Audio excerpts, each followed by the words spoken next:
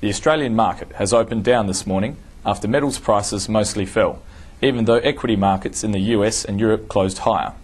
In addition, renewed fears about Japan's nuclear disaster appear to be adding to the cautious sentiment in the market at the moment. On Friday, US stocks have taken cues from upbeat earnings reports to extend their rally and close the first positive week this month amid Japan's disasters and fighting in Libya.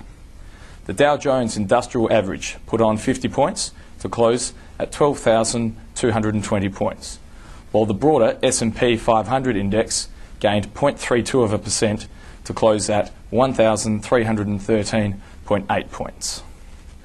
Key earnings reports and an upwardly revised estimate of US economic growth were the main drivers for the US markets on Friday. An hour into local trading, and the ASX 200 index is 8 points, or 0.2% lower for the session so far, with the resources holding the market back. In company news, Sigma Pharmaceuticals Limited today released their full-year results. In a surprise move, the company has announced that it will pay a fully franked special dividend of 15 cents per share, following the sale of its pharmaceuticals division to the South African company Aspen Pharmacare Holdings Limited.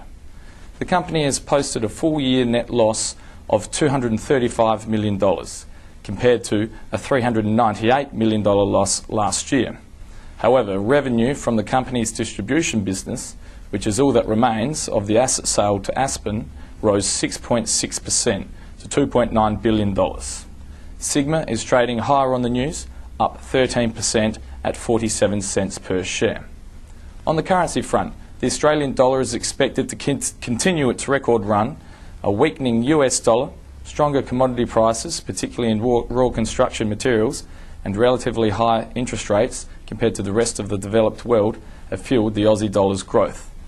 Analysts at the ANZ expect the Aussie dollar to trade between 1.005 and 1.045 US dollars next month, and say it could potentially reach between 1.06 and 1.08 US dollars this year.